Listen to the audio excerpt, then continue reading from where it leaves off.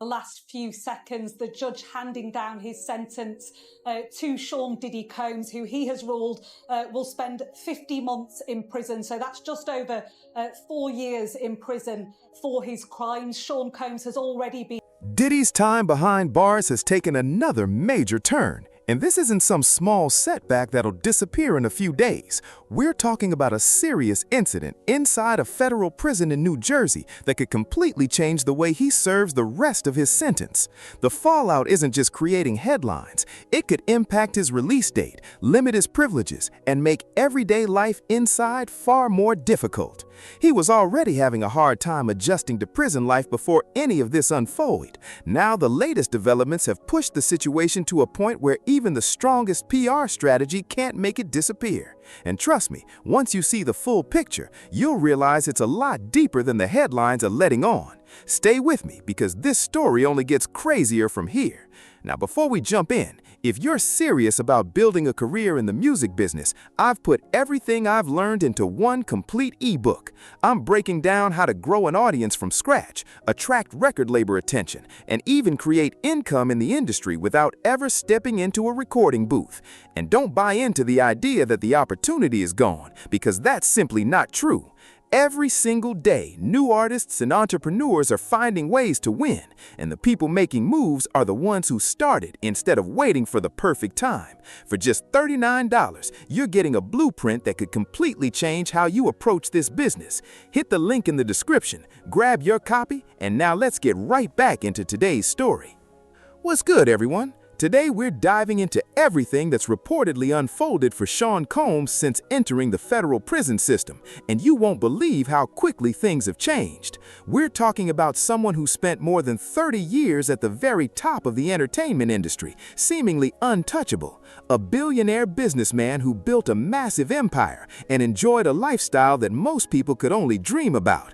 Now he's dealing with prison violations, conflicts, and disciplinary issues that are reportedly reshaping his experience behind bars. The reality of what has allegedly been happening inside is much more complicated, much more revealing, and far more shocking than many people realize. Let's break down every detail. To understand how dramatic this situation really is, you first have to look at just how powerful Sean Combs once was. He wasn't simply another successful name in the music industry. He became one of the most influential figures, responsible for shaping an entire generation of hip-hop and business. After launching Bad Boy Records in the early 1990s, he created a business empire that changed what success looked like for black executives in America. He signed artists who would go on to become cultural icons. He helped introduce Biggie Smalls. He produced records that defined an era while helping popularize the remix culture and the flashy, shiny suit image that became synonymous with hip-hop. He transformed Sean John into a multi-million-dollar fashion brand that earned recognition from the Council of Fashion Designers of America. He expanded with Revolt TV, partnered with C-Rock Vodka, invested in fragrance, hospitality, and entertainment ventures, and was regularly mentioned alongside some of the most influential business leaders in the world. Forbes consistently estimated his wealth at over $1 billion.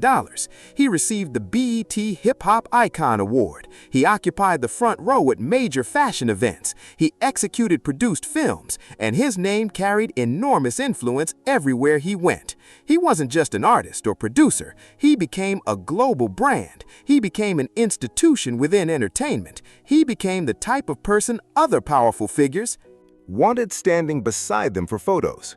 For nearly 3 decades, he carried himself like someone who believed the normal rules simply didn't apply to him.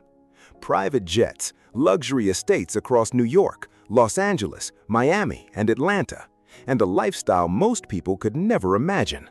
Massive yachts along the French Riviera, reserved tables at the world's most exclusive restaurants. Wherever he walked, attention followed him. Every appearance made headlines. That was Sean Combs' reality for almost 30 years. And when you compare that life to where he is today, the contrast is almost impossible to put into words.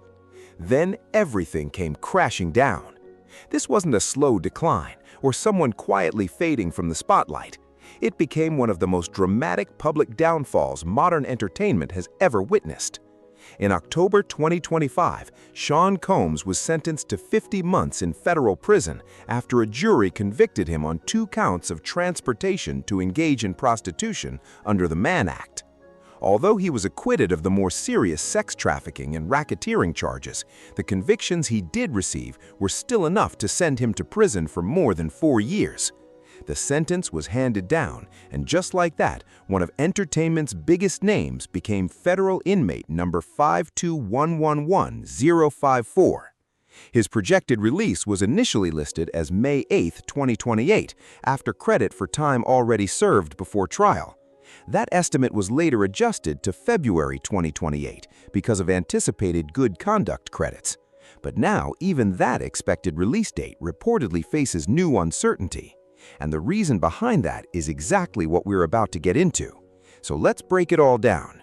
Sean Combs arrived at Federal Correctional Institution Fort Dix in New Jersey on October 30, 2025, only weeks after receiving his sentence.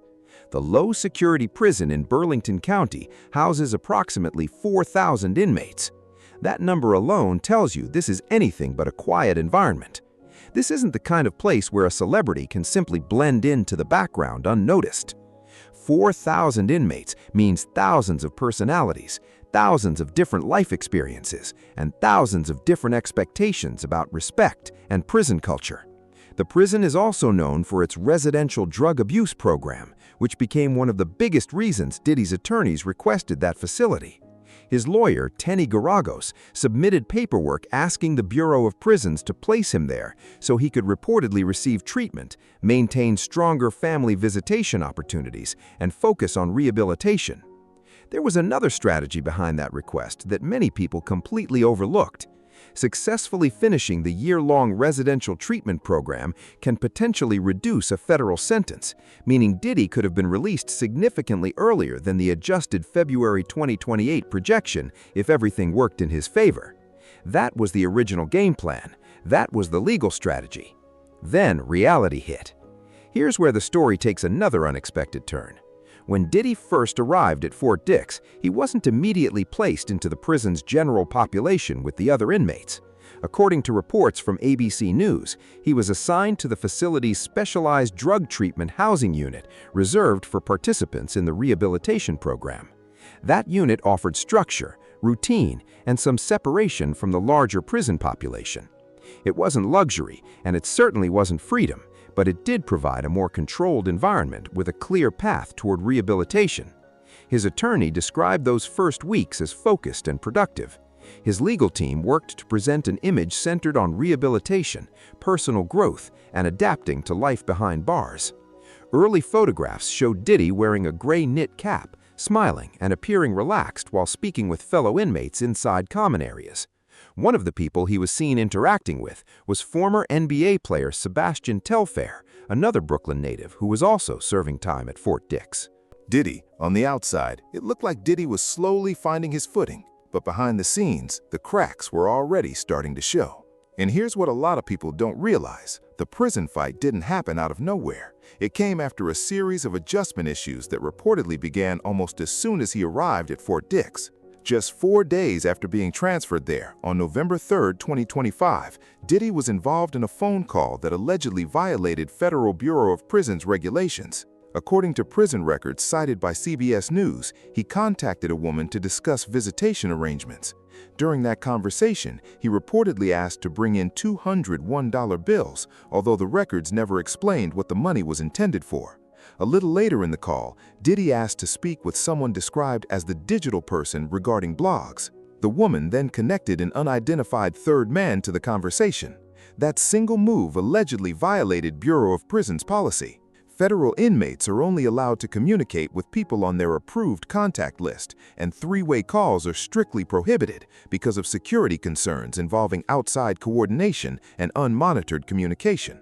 When prison officials questioned Diddy about the incident, he reportedly claimed he hadn't received an inmate handbook or completed orientation, so he didn't know the rule existed. Prison staff weren't convinced by that explanation. They recommended suspending his phone and commissary privileges for 90 days. The disciplinary report was officially filed on November 4th.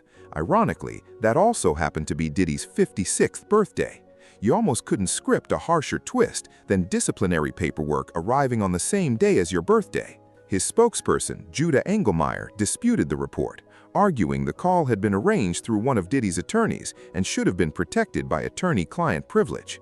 However, the Bureau of Prisons reportedly didn't accept that argument because the call was documented as personal rather than legal.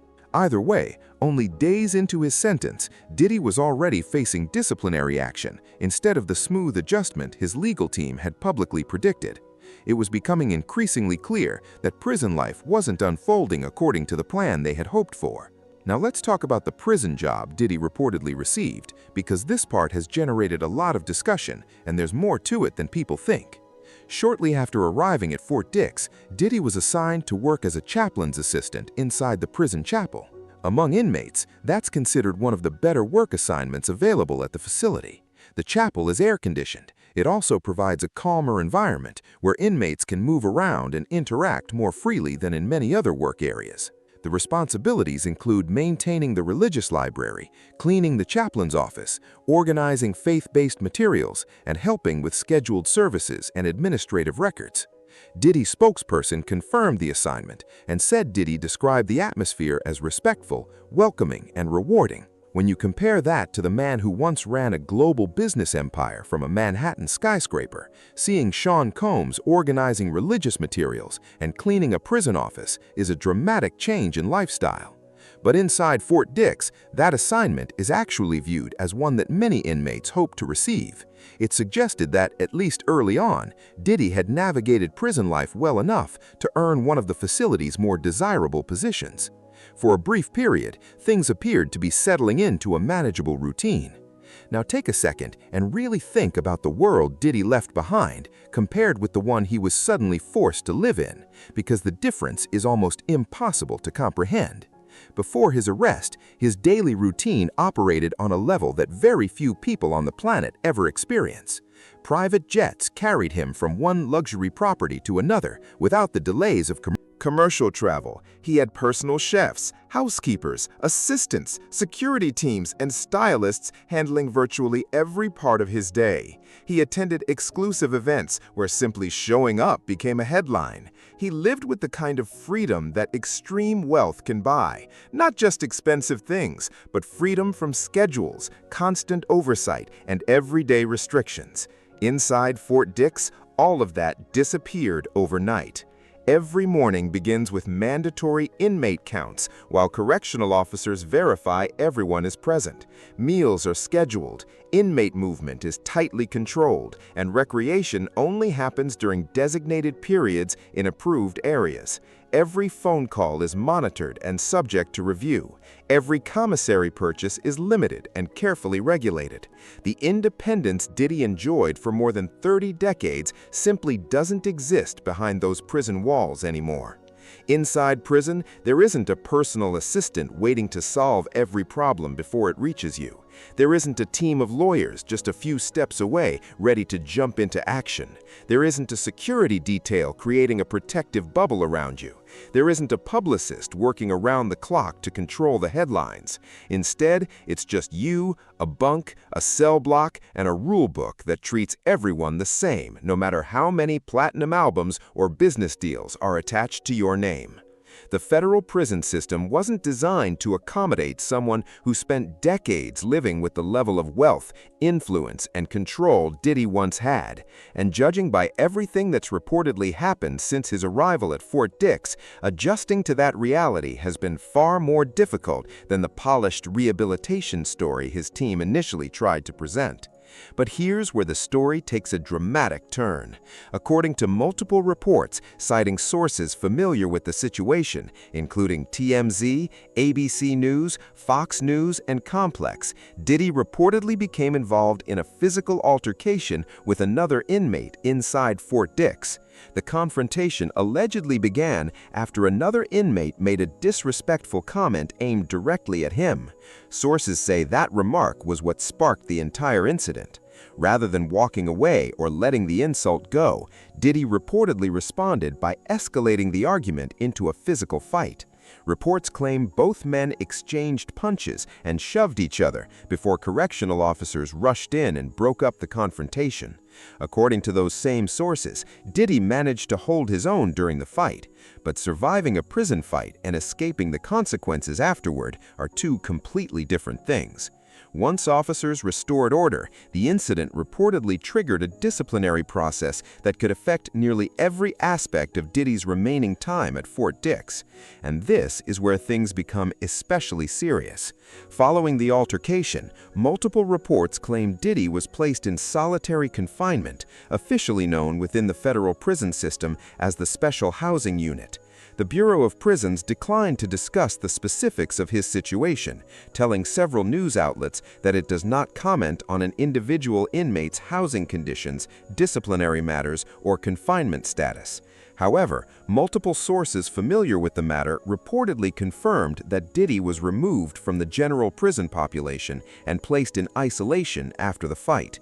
Solitary confinement inside a federal prison is every bit as severe as most people imagine. Inmates assigned to the Special Housing Unit typically spend between 22 and 24 hours each day inside a small cell. Contact with other inmates is almost completely eliminated.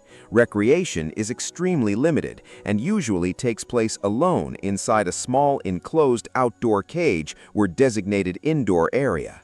Meals are delivered directly to the cell. Access to work assignments, educational programs, the chapel, the library, and nearly every other institutional activity is suspended. The psychological impact of that level of isolation can build quickly, especially for someone who spent decades living with the level of wealth, influence, and control Diddy once had. And judging by everything that's reportedly happened since his arrival at Fort Dix, adjusting to that reality has been far more difficult than the polished rehabilitation story his team initially tried to present. Surrounded by constant activity, business meetings, recording studios, and public events, research has consistently shown that prolonged isolation in correctional facilities can produce measurable psychological effects.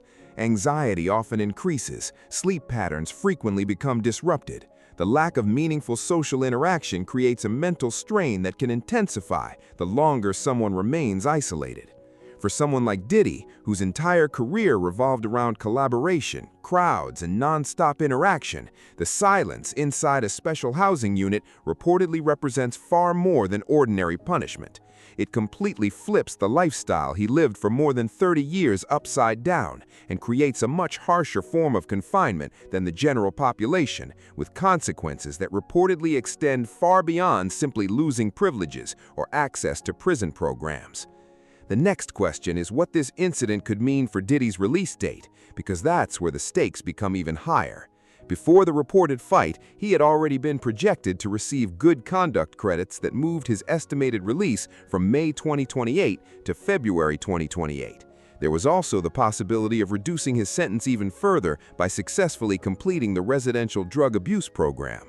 Federal inmates who maintain clean disciplinary records and actively participate in approved programming can earn additional time credits that may shorten their incarceration. But disciplinary violations, especially those involving physical fights with other inmates, can place all of those potential benefits in jeopardy. The Bureau of Prisons has the authority to review earned time credits, remove previously awarded good conduct credits, and revise projected release dates when inmates commit documented disciplinary violations. A prison fight isn't viewed as a minor issue inside the system. It triggers a formal disciplinary investigation, a hearing before the institution's disciplinary committee, and the possibility of additional sanctions that can extend well beyond solitary confinement. Whether Diddy ultimately loses a few days, several weeks, or an even larger portion of his good conduct credits will depend entirely on the outcome of that disciplinary process. But even before a final decision is made, the uncertainty alone represents a major setback compared with where his situation reportedly stood before the altercation. Now here's another detail that makes this story even more important. When Diddy first arrived at Fort Dix in late October 2025, he was housed inside the facility's specialized drug treatment unit, a more structured and separated environment. That placement provided a layer of separation from the broader prison population. At some point, however, he reportedly transitioned out of that unit and into the prison's general housing population, where he was living alongside roughly 4,000 other inmates. That move into the general population placed Diddy in a much more unpredictable environment. Even though Fort Dix is classified as a low-security federal prison, it still houses thousands of inmates with different backgrounds, personalities, and prison alliances. A celebrity walking into that kind of setting automatically brings attention, whether they want it or not. Some inmates may show respect, while others may see a famous face as an opportunity to build their own reputation through confrontation.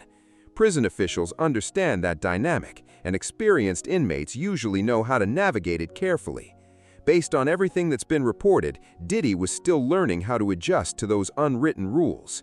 The reported phone call violation, the allegations about alcohol being found near him, which his representatives denied, and now the reported fight all point to a larger pattern. Each reported incident paints another piece of the picture, suggesting that adapting to prison life has been much more difficult than many expected. Now let's step back and look at what all of this actually means, because this goes beyond a single fight. In the federal prison system, an inmate's behavior isn't just about personal choices, it directly affects how they're treated. A disciplinary record can influence housing assignments, work opportunities, access to rehabilitation programs, and perhaps most importantly, eligibility for earned time credits that may reduce a sentence. Inmates who avoid trouble, complete assigned programs, and consistently follow the rules usually put themselves in the strongest position for an earlier and smoother release. On the other hand, inmates who collect disciplinary violations, become involved in fights, or end up in the special housing unit often face a much tougher road. The system is built to reward compliance and discourage conflict. Every disciplinary incident added to Diddy's record purportedly makes the remainder of his sentence more complicated. And if the reports are accurate, this fight may prove to be the biggest setback yet in what has already been a challenging adjustment to federal custody. Now let's connect every piece of this story so the full timeline becomes clear.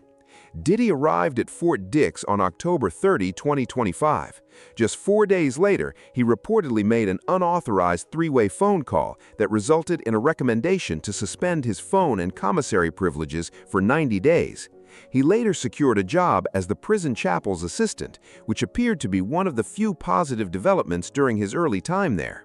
Reports also surfaced claiming alcohol had been discovered near his area, although his representatives strongly denied those allegations. Eventually, he transitioned from the specialized drug treatment unit into the prison's general population, placing him among thousands of other inmates every day. According to reports, another inmate then made a disrespectful comment toward him. That exchange turned into a verbal argument. The argument purportedly escalated into a physical fight involving punches. Correctional officers stepped in and ended the altercation. Afterward, Diddy was purportedly placed in solitary confinement while prison officials began reviewing the incident. That's the sequence of events. That's how one of the most influential figures in modern entertainment allegedly ended up alone inside a special housing unit at a federal prison in New Jersey. One comment, one decision to engage instead of walking away, and suddenly a release date that already seemed far away purportedly became even more uncertain. The biggest question now is what happens next, and the reality is that no one outside the prison system knows for certain. The Bureau of Prisons is expected to complete its disciplinary review before making any final decisions. A hearing before the institution's disciplinary committee will purportedly determine the facts surrounding the altercation and decide what sanctions, if any, should be imposed. Those penalties could purportedly include additional time in the special housing unit, loss of earned good conduct credits, restrictions on work assignments, or reduced access to prison programming. Once that process is complete, the picture surrounding Diddy's immediate future at Fort Dix should become much clearer. But even before any official ruling is announced, the purported fight has already changed something significant. It has reignited public attention around his incarceration in a way that nothing since his sentencing has managed to do. And that's because this story isn't about courtroom arguments or legal strategies anymore. It's about what happens after the headlines fade, when all that's left is everyday life inside a federal prison. At that point, celebrity status carries far less weight than many people might imagine. You're living among roughly 4,000 inmates, following strict routines, operating under constant supervision, and dealing with people who aren't impressed by fame or fortune.